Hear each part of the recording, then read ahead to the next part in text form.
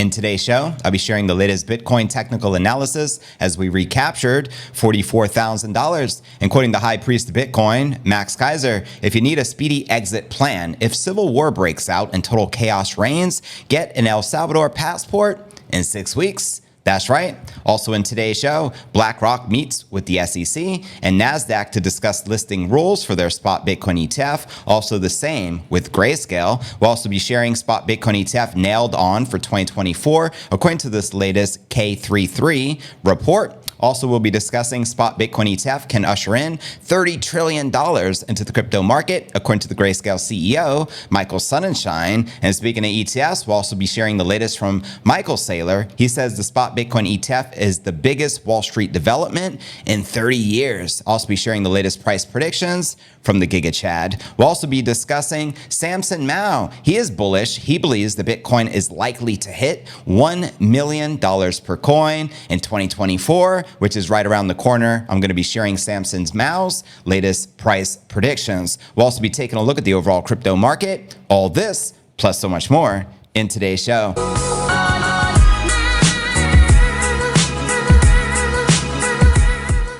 Anyways, fam, without further ado, if you're new to the channel, be sure to smash the subscribe button to receive daily premium crypto news alerts every single day. Just like this. The goal is to get to 100,000 subs, and we can do it with your support. Also, be sure to smash the like and hit the bell icon because it helps out tremendously with that YouTube algorithm, gets more eyeballs on the stream and more eyeballs to the channel. And let's get this mofo lit like that Christmas tree you see right here on your screen. Today is pod episode number 1497. That's right. This Saturday will be episode 1500. Can you believe that? We've been going strong now for 5 freaking years, and we're just getting started. So yeah, I'm your host JV. Today is December 20th, 2023. Only 5 days away from Christmas. So Merry Christmas, Happy Hanukkah, Happy Kwanzaa, and all that good stuff. But anyways, fam, let's kick it off with our market watch as we do each and every day. You should be able to see this up on your screen. We got Bitcoin currently sitting above 43,500, up just shy of 3% on the day. We already tapped 44 a little earlier and making a little correction after the pumpage. We also have Ether back in the green, hovering just under 2,200. Solana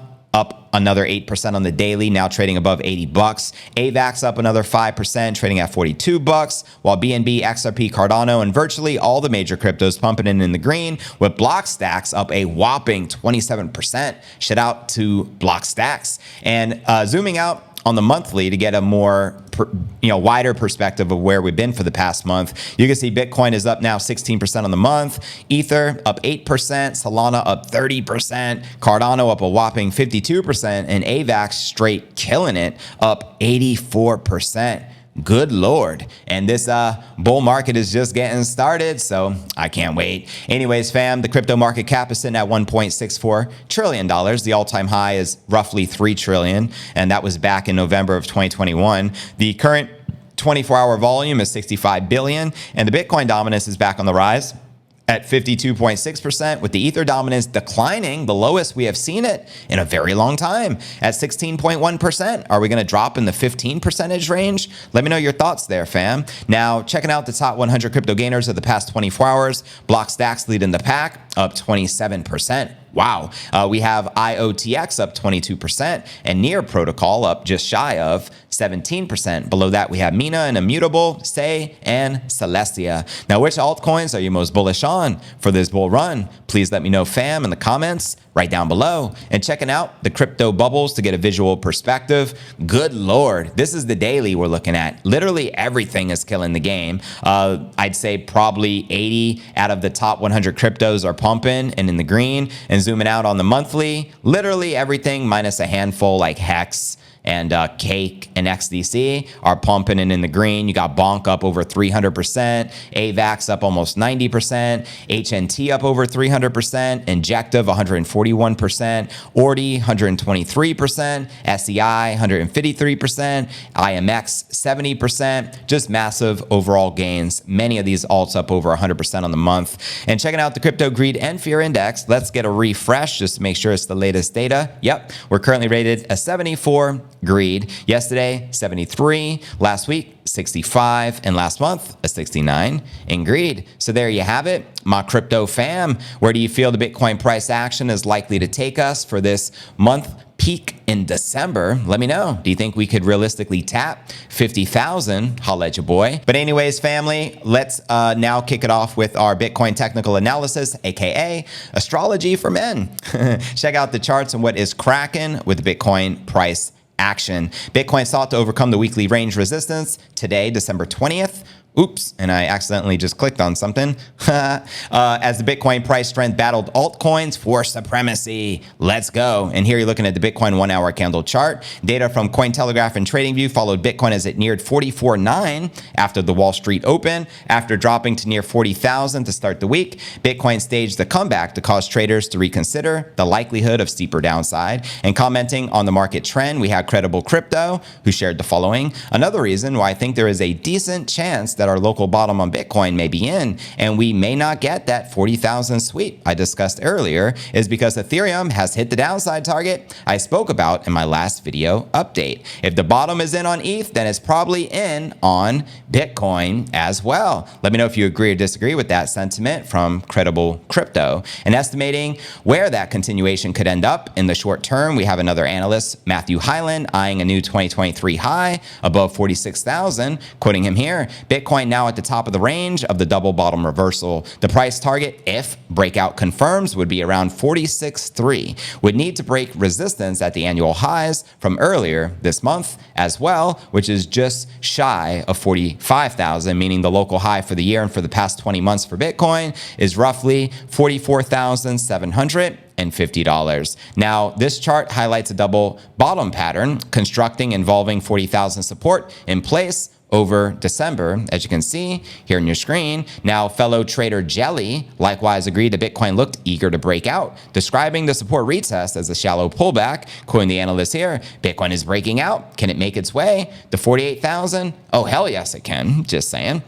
Now, the current local high, which marks Bitcoin's highest level since April of 2022, stands at roughly 44,729 on Bitstamp. Bitcoin, meanwhile, recovered, lost market share when its market dominance, 53.8%, up 0.8% versus the start of the week, as the Ethereum dominance is going in the opposite direction, heading south. Now, the biggest news since the white paper, let's discuss it, in the ongoing debate over the imminent decision on the US SEC's decision for the ETF, Exchange Traded Fund, which is the focus of today's show. Every story today is focused around this ETF approval because we know it's incoming around the corner. So on the day, it's well-known investor Freddy Krueger, keeping hopes alive, seeking to explain the muted market front-running of an ETF. Go ahead, quoting him here. If you work at the ETF desk at BlackRock, you have been given strict orders not to mess up what Saylor calls the most significant financial markets product in 30 years. The last thing you do is buy GBTC, MSTR, or some competing product. The last thing you do is buy actual Bitcoin and deposit it into your dedicated ETF Coinbase custody account. So he argues that the political events in the US could be contributing to the market's cold feet, despite the ETF approval constituting the biggest news in Bitcoin since the white paper. Let me know if you agree or disagree with that sentiment that this is the biggest news. And as Max Kaiser shared a little earlier today, if you need a speedy exit plan, if civil war breaks out and total chaos reigns, get a El Salvador passport in as little as 6 weeks. And if you're interested in relocating, reach out to Max. He is responsive. He's actually trying to help as many people relocate to El Salvador as possible. You know what I mean? He also recently tweeted, El Salvador and the US are two ships passing each other. El Salvador is heading towards being the global standard for freedom and democracy. The US is heading in the opposite direction towards despotism. Agreed with that. And quoting Nayib Bukele, very powerful quote here, the United States has lost its ability to lecture any other country about democracy. Preach. Very well said. Shout out to Nayib Bukele and the beautiful people of El Salvador. But we still have so much to cover. And like I said, everything's evolving around the ETF news today because there's so much ETF news in crypto. So let's discuss the latest with BlackRock, who just met up with the SEC yet again. And I just saw breaking news before I went live that Grayscale just met with the SEC as well. And this is probably the 5th meeting between BlackRock and the SEC over the past couple of weeks. So here we go. BlackRock, the Nasdaq, and the US U.S. SEC met for a second time in December to discuss its app for the spot Bitcoin ETF. Here's the memorandum. And according to the SEC memo, representatives from the three organizations discussed the necessary rule changes required to list the spot Bitcoin ETF. Here's what the SEC had to share. The discussion concerned the Nasdaq stock market's proposed rule change to list and trade shares of the iShares Bitcoin Trust under Nasdaq Rule 5711D. The Nasdaq 5711D discussed during the meeting provides the requirements for the initial and continued listing of the commodities-based trust share on the Nasdaq. The rule establishes regulatory guidelines and specific criteria for the listing, including compliance measures and surveillance mechanisms designed to ensure market integrity and protect users against fraud. This was not the first instance where rules regarding a listing spot Bitcoin ETF on the exchanges were discussed. Back on November 20th, exactly a month ago from today, BlackRock and the Nasdaq met with the SEC to discuss a proposed rule for allowing the spot Bitcoin ETF to be listed. BlackRock shared a presentation detailing how the company could use an in-kind or in-cash redemption model for their iShares Bitcoin Trust. And it looks like they chose the in-cash model as of what I reported yesterday on the show.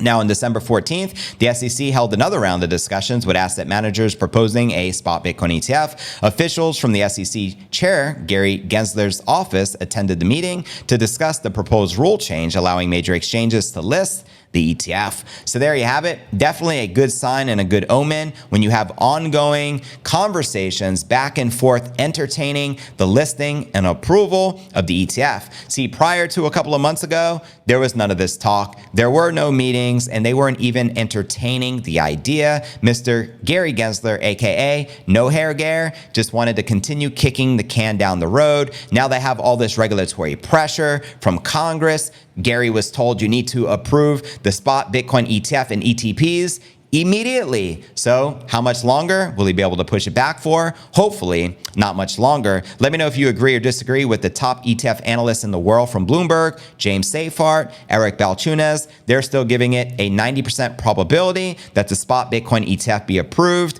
in January, just a couple of weeks around the corner. Shout out Barack. Monfils just gifted a MicroStrategy paid membership of the channel. Looks like Keith Hunt, you have been blessed, so thank Barack for the free gift. We're in the crypto market, the only market that never sleeps. And with that being shared, we're going to talk more about these ETFs here. Welcome everyone just joining us. Feliz Navidad, Merry Christmas, Happy Kwanzaa, Happy Hanukkah, all those beautiful things we get to celebrate this week, this time of season. So, hope you all have very blessed Christmas this year coming up. So with that being shared, we shared the latest with BlackRock. Now for the latest with this report coming from K33. Here we go. The approval of the spot Bitcoin ETF by January 10th appears to be set in stone. Yeah, bring it. With a new spate of ETF updates only adding further to the likelihood of the approval, says the K33 research analyst in a December 19th report just yesterday. Their head of research, Anders Helst, and senior analyst Vettel Lunde said the recent round of ETF updates with filers including BlackRock and ARK Invest are now agreeing to the cash creation setup for their funds. It means that an approval is nailed on for January. Let me know if you agree with that. Additionally, the report highlighted the strength of the Bitcoin price action over the past week, with analysts noting that the spot trading volumes of Bitcoin have been substantially higher than the previous months. Quoting the report here, this is indicative of Bitcoin's strong rally, attracting new buyers while also motivating profit taking by sellers, leading prices to consolidate on elevated trading volume. So despite the strength of the Bitcoin spot volumes, the report notes that open interest on Bitcoin perpetual contracts had fallen to new yearly lows, which shows no signs of retail froth, so more bullishness. And alternatively, institutional investors on the CME only increased their appetite for Bitcoin-related risks, with the CME open interest growing by 3,100 BTC just in the past week, as you can see here on your screen. However, the analyst stated that this was unlikely to be maintained following the approval. So when the spot ETFs are finally approved, the analysts predict a significant rotation out of the futures-based ETFs onto the CME. And in addition, active traders will probably realize profits on their current long positions. So in combination, this creates the setup for reduced CME dominance ahead. Now, altcoin season could be good for Bitcoin, according to the report. The report draws attention to several pockets of euphoria in altcoins such as Solana, Ordinals, and Bonk, which have gained 22%, 114%, and 338% respectively in the past 20 days. Sounds like alt season is already here. Those are pretty wild gains. And while many market commentators often attribute this type of manic market performance as a sign that the market's nearing the top, analysts explain this could be a benefit for the King Crypto, quoting them here, the altcoin fiesta, hey, I like that, takes the burden of froth, leaving boring old Bitcoin less exposed to liquidation cascades. And in that sense, altcoins serve as a positive pressure valve for thrill seekers, allowing healthier leverage conditions into BTC. So there you have it, my crypto fam. Let me know your thoughts on this likelihood of an ETF by January 10th. But anyways, let's kick it with our next story. We discussed the ETF report. Now let's discuss 30 trillion incoming. According to this top analyst from asset management firm Grayscale, we're talking about Michael Sonnenschein. He was recently interviewed and discusses how the ETF approval will usher in $30 trillion into the market. So as preparations for the spot Bitcoin ETF continue, executives from across the crypto community share their opinions on how the new investment vehicle for crypto can affect the overall markets. In a new CNBC interview, the Grayscale CEO, Mr. Sonnenschein, expressed his belief that there is a lot of optimism in the Bitcoin market again, and that many investors are adding Bitcoin to their portfolios. The executive also said he's looking forward to the event of spot Bitcoin ETFs to unlock Bitcoin exposure to a part of the investment community that has not yet had the chance to invest into BTC. Quoting Sonnenschein here, we are really talking about the advice market here in the US, which is today about $30 trillion worth of advised wealth. Now, we also did a live react session to this interview with Michael Sonnenschein over on Rumble. I think it was a couple of days ago. If you missed it, you can always check it out later. Now, Grayscale is one of the front runners gunning for the spot Bitcoin ETF approval. On November 22nd, representatives from Grayscale met with the Trading and Markets Division of the US SEC, and they just met again, I think yesterday, because I just saw breaking news that they met again, just FYI, regarding converting their GBTC product, which is the largest hodler of Bitcoin in the world, with currently over 620,000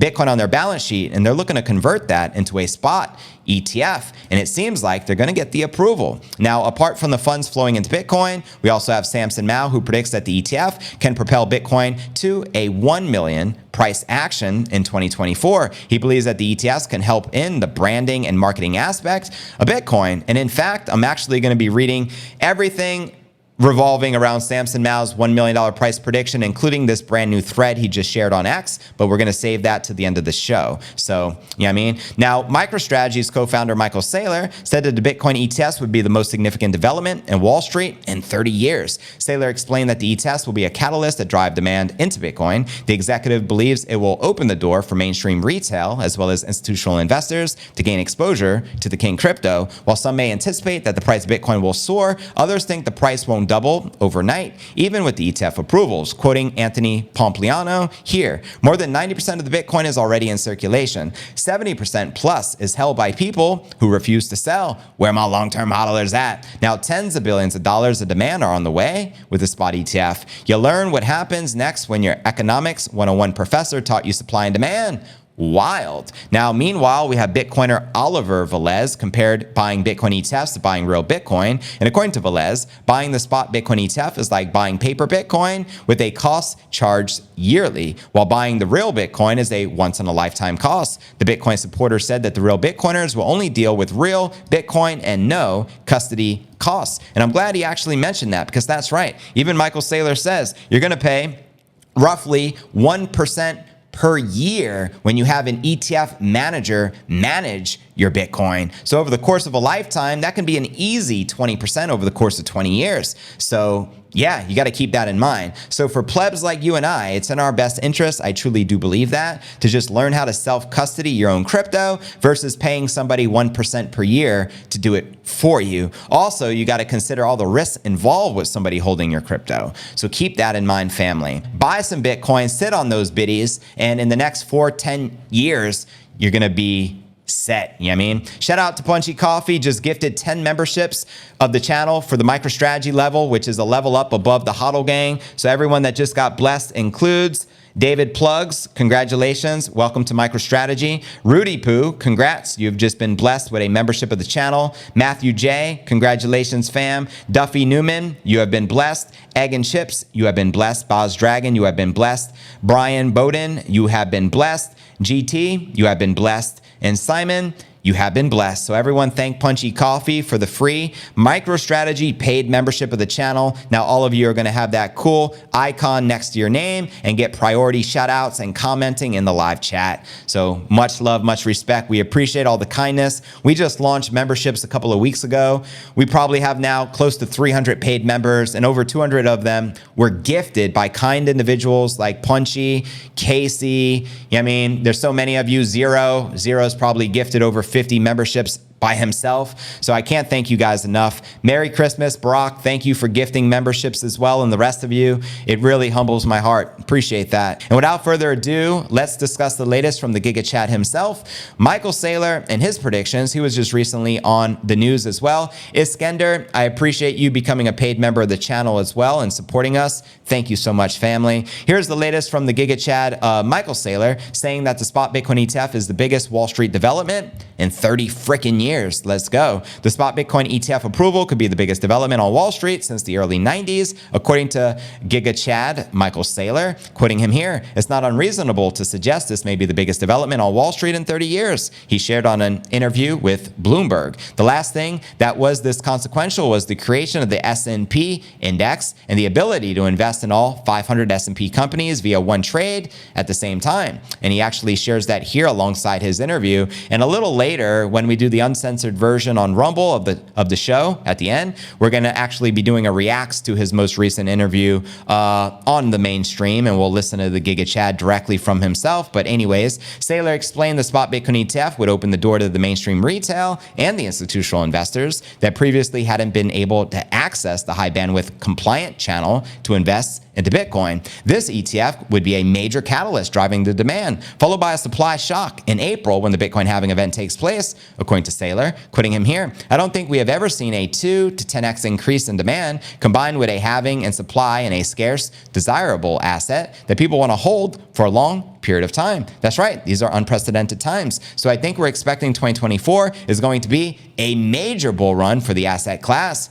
Preach. Saylor confirmed that MicroStrategy, his business intelligence firm and Bitcoin holding company, will continue its Bitcoin investment strategy for the foreseeable future. Quoting him again, our goal is to always find a way to pursue more Bitcoin per share per our shareholders, whether that be through debt, equity, or cash flows from the business. MicroStrategy has provided traditional investors with exposure to Bitcoin price since it first started buying it back in 2020. In fact, they were the first publicly traded company to do so.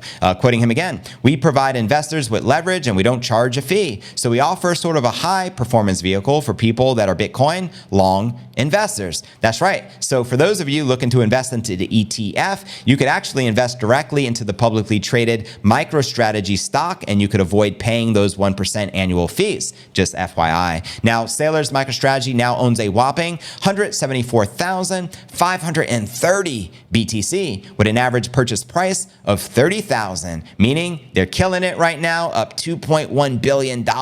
Let's go. Their total position is worth 7.3 with 2.1 billion being in profit in the green. Now, from Bitcoin skeptic to Maxi, Saylor's infamous tweet turns 10 years old. Oh my God. This is Michael Saylor's tweet from December 18th, 2013, back when he was anti-Bitcoin. So it just goes to show you, everyone pays for Bitcoin at the price they deserve. Imagine if you would have saw the writing on the wall back then, how much Bitcoin, MicroStrategy, and Saylor would have today, probably millions upon millions. So yeah, here's what he tweeted back on December 18, 2013. Bitcoin's days are numbered. It seems like just a matter of time before it suffers the same fate as online gambling. Oh my God. So even smart geniuses such as Saylor can be wrong about Bitcoin, but smart enough to recognize he made a mistake and be willing to admit that. That takes kahunas, something Peter Schiff hasn't been able to do, since the inception of Bitcoin. But obviously that tweet didn't age well, and it may be worth noting that online gambling hasn't died either. It's still stronger than ever, family. In fact, anytime I watch the UFC, this is brought to you by so you already know, which currently totes a total market size of $63 billion per Business Wire data. And around 2020, Saylor revised his initial position. He also previously said he studied Bitcoin for thousands of hours before convincing MicroStrategy's board to add Bitcoin to the firm's balance sheet. Bitcoin price was $677 December 19th, 2013, precisely freaking 10 years ago, 10 years in one day. Ain't that wild, family? According to CoinGecko, meaning the Bitcoin price increased nearly 18-fold before MicroStrategy bought its first batch on August 11 of 2020 at approximately 11,650. Better late than never, you know what I mean? Now, others such as on-chain analyst Dylan LeClaire praised Saylor for having a second look at Bitcoin. He wrote the following: "The measure of intelligence is the ability to change." Amen. So shout out to Saylor and shout out to Dylan LeClaire. Now, Michael Saylor, who was recently interviewed by CNBC, I recently transcribed what he shared, and this is pretty short and sweet, so I want to read this to you. Here's what he wrote. "There's a lot of uncertainty around the rest of the crypto ecosystem, but the one certain element of the ecosystem is Bitcoin is universally acclaimed to be a global commodity or an asset without an issuer. So the one thing we can count on is Bitcoin goes forward in the year 2024, and a strategy built around Bitcoin is generally a pretty safe one for institutions. We welcome fair value accounting. It is going to create much more transparency and clarity and profit and losses and balance sheets for any companies that are holding Bitcoin. I think the real significance is that there are companies like Berkshire Hathaway and Apple Computer that have $100 billion plus in cash right now, and they have to invest it in treasuries and sovereign debt. And with this change in fair value accounting, you're going to have a commodity that's valued as fair value, and it becomes a legitimate treasury reserve asset for publicly traded companies. We are going through a digital transformation of everything. Apple represents the digital transformation of telephones and cameras, and Google's the transformation of books and libraries. Bitcoin represents the digital transformation of capital. 99.9% of the capital of the world is tied up in real estate and stocks and precious metals and bonds, and so we're 0.1% transformed. People, as they get educated on digital assets, they're realizing that they ought to be allocating more and more of their capital to this digital asset. So they're moving from 0.1% to 2%. So I think that's really driving the trend. I've said it before, if Bitcoin is not going to zero, it's going to $1 million per coin. The real question is it a legitimate asset? And if it's a legitimate institutional asset, everybody is under allocated to it. Amen. Now, education makes a difference. Institutional adoption makes a difference. The spot ETF news is good news. You know, loosening of monetary policy is good news. Inflation anywhere in the world drives Bitcoin adoption. And of course, the halving is going to cut the available supply of Bitcoins for sale in half from the miners. So we've got a confluence of very bullish milestones over the next 6 months. And so I think the smart money is investing into it, that ahead of it. Now, people focus upon mining pools, but the actual mining is taking place in Bhutan, Argentina, South America, Texas, Europe, Iceland, Africa, everywhere in the world. So the miners themselves are very decentralized. They'll remain decentralized because they're chasing after power that's effectively marginally free, and the pools they will accumulate hash rate from time to time, but they don't really have the power. The power is sitting next to a geothermal or a hydroelectric project somewhere in the world. So there you have it, my fam. Let me know if you agree or disagree with the sentiment from the Giga Chad. But anyways, family, now let's dive into our featured story of the day. Samson Mow is predicting a $1 million Bitcoin price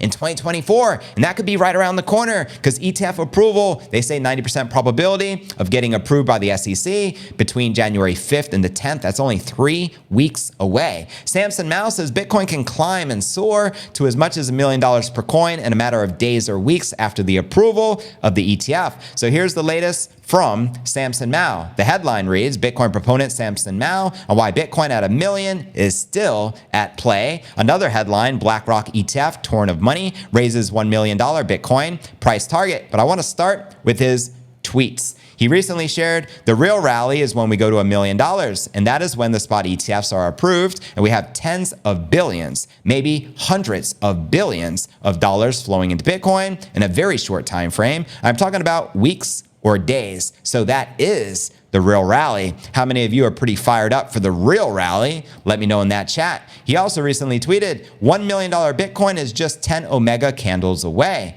That's right. So let's freaking go. You guys forget how simple it is to achieve $1 million from a, say, 50,000 Bitcoin price action. I think if you take 50,000 times 20, a simple 20x, which is 10x times 2, we're $1 million, fam. Let that sink in. Now, he also wrote Bitcoin at $1 million. Doesn't sound so crazy anymore, does it? And we'll be discussing why it doesn't sound crazy here in a minute. It has come to my attention there are some Bitcoiners that don't think Bitcoin can reach $1 million per coin in a matter of days or weeks. After the ETF money starts to flow in, they're in for a pleasant surprise. He also says in 2017, it only took 9 months for Bitcoin to go from $1,000 to $20,000. Facts. The block subsidy was 12.5. There was a lot more Bitcoin sloshing around on the exchanges. Mining was boiling the oceans, and there was zero institutional money coming in. So 1,000 to 20,000, 20x. 50,000 to $1 million is simply just another 20x. So what if we get a repeat cycle like we witnessed from the 2016 halving to 2017? That can take us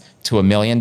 So again, let that sink in. He also says the ETF approvals will unlock a tidal wave of capital influx into Bitcoin. Pair that with the multiplier effect, and you get $1 million BTC. Now here's a throwback. He actually shared back on December of 2021. Approval of the spot ETF would send Bitcoin to $1 million per coin over a few days. Gary Gensler, aka No Hair Gare, and the SEC don't want to be the ones responsible for sending Bitcoin to the moon. And this was on the back of Congressman Tom Emmer tagging Gary Gensler December 3rd of 2021. Gary Gensler, Mr. No Hair Gare. I am still waiting on your response to our November 3rd letter asking you to make sense of why Bitcoin future ETFs are allowed to trade, but not Bitcoin spot ETFs. And that's a great question. Why do they allow futures, but not allow spot? That's a brilliant question. I think everyone should tag No Hair Gare. You know what I mean? And John Deaton is like, chiming in here, Preston Pish, because Goldman Gary needs to let his boys manipulate those cash settled derivatives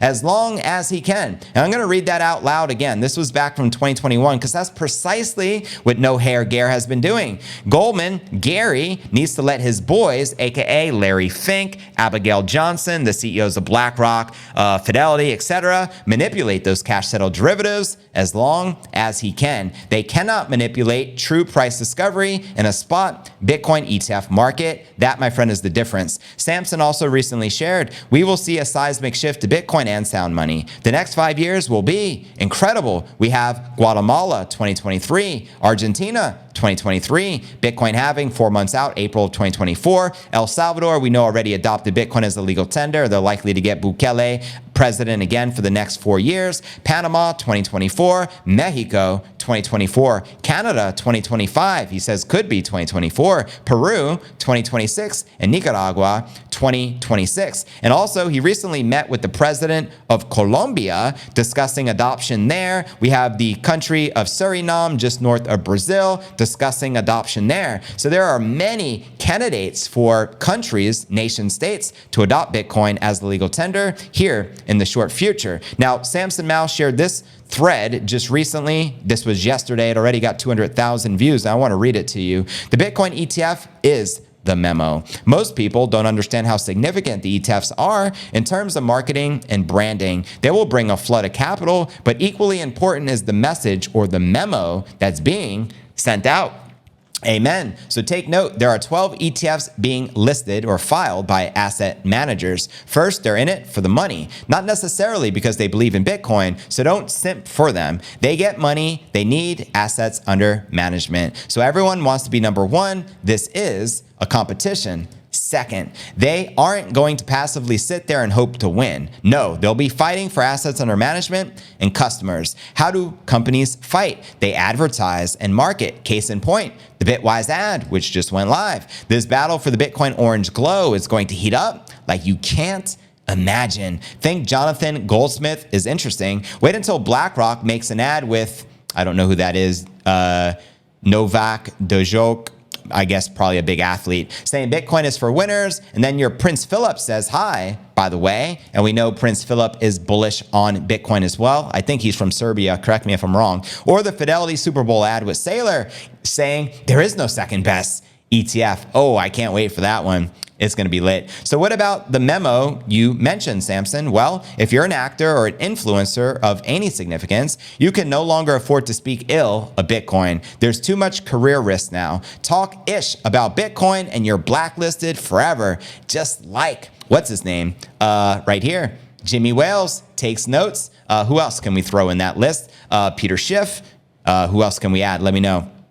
And he continues, another memo goes to media platforms. You want our advertising dollars, you better not be pushing content that harms our Bitcoin offering. And at the end of the day, it's all business. Now it's business in favor of Bitcoin. And the memo goes to journalists too. No more garbage takes on Bitcoin like this, or you're also going to be looking for work elsewhere. You don't bite the hand that feeds you, preach. So expect less and less FUD from the mainstream. The Bitcoin ETF is the memo. Bitcoin is great. Bitcoin is green. We all love Bitcoin. Get with the program or else. Preach. So then he continues, Bitcoin at $1 million doesn't sound so crazy anymore, does it? What are your thoughts surrounding what Samson Mow just shared here? Please do let me know. And I want to read some of this article as well, which was just published yesterday, the 19th. Samson Mow, the CEO and co-founder of Jan3, the revolutionary blockchain tech company, is convinced that Bitcoin is on its way to tapping $1 million per coin. Mow also describes himself as a Bitcoin bonds architect, maintaining that Balaji, a popular Bitcoin supporter who predicted the Bitcoin would hit the same price point of $1 million earlier in the year, was spot on with his forecast, but he had the wrong timing. He seems to disagree with him on the length of time it would take for the Bitcoin bulls to gain enough momentum to bring the price prediction to reality. He shared, Balaji wasn't wrong about Bitcoin going to $1 million, but he was wrong on the timing and the catalyst. My $1 million call is based on a massive rapid influx of institutional capital, while Bitcoin available for sale hits historical lows, compounded by the halving. He wrote on a post, pro-Bitcoiners have historically remained loyal to Bitcoin's potential, and as such, price predictions from these figures are usually as bullish as they come. While some market players choose to play it safe and make modest predictions, Bitcoin supporters are often seen making bold long-term forecasts. Now, Balaji, he was also the chief technology officer of Coinbase a few years back, so he has a lot of credibility. He's an Indian-American entrepreneur, investor, and former chief technology officer of Coinbase, as I mentioned. In one example, back in March, remember he made that call. He bet that Bitcoin would hit $1 million within 90 days, and he actually bet $1 million on that, which is pretty wild. That was off the back of the regional banking crisis where Bitcoin started to soar. He made the bet of 1 Bitcoin and 1 million in USD coin with James Medlock, who initially tweeted that he'd bet anyone 1 million that the U.S. wouldn't enter hyperinflation. Now, should the Bitcoin price fail to tap that $1 million on the June of 17th, Medlock would win the bet, and 7 months later, Srini lost the bet as Bitcoin failed to meet those expectations. And insisting that Bitcoin will take a different pathway from its current position to $1 million, here's what Samson had to share. Balaji's 1 million prediction was predicated on money printing and banks failing. Those two things could potentially be a driver for a rapid run to $1 million, but not likely. The money printing already happened and then it dried up. It will take a few more years for the market to adjust accordingly. Now, should traditional banks fail, pro-bankers will find a safer bank, as they are yet to realize that banks are not as safe as Bitcoin, which is their only option, he concluded. So there you have it, my crypto fam. What are your thoughts on Samson Mow's $1 million Bitcoin price prediction for next year, 2024? And how lit would that be to see a $1 million Bitcoin price in the year 2024? Let me know your thoughts, fam.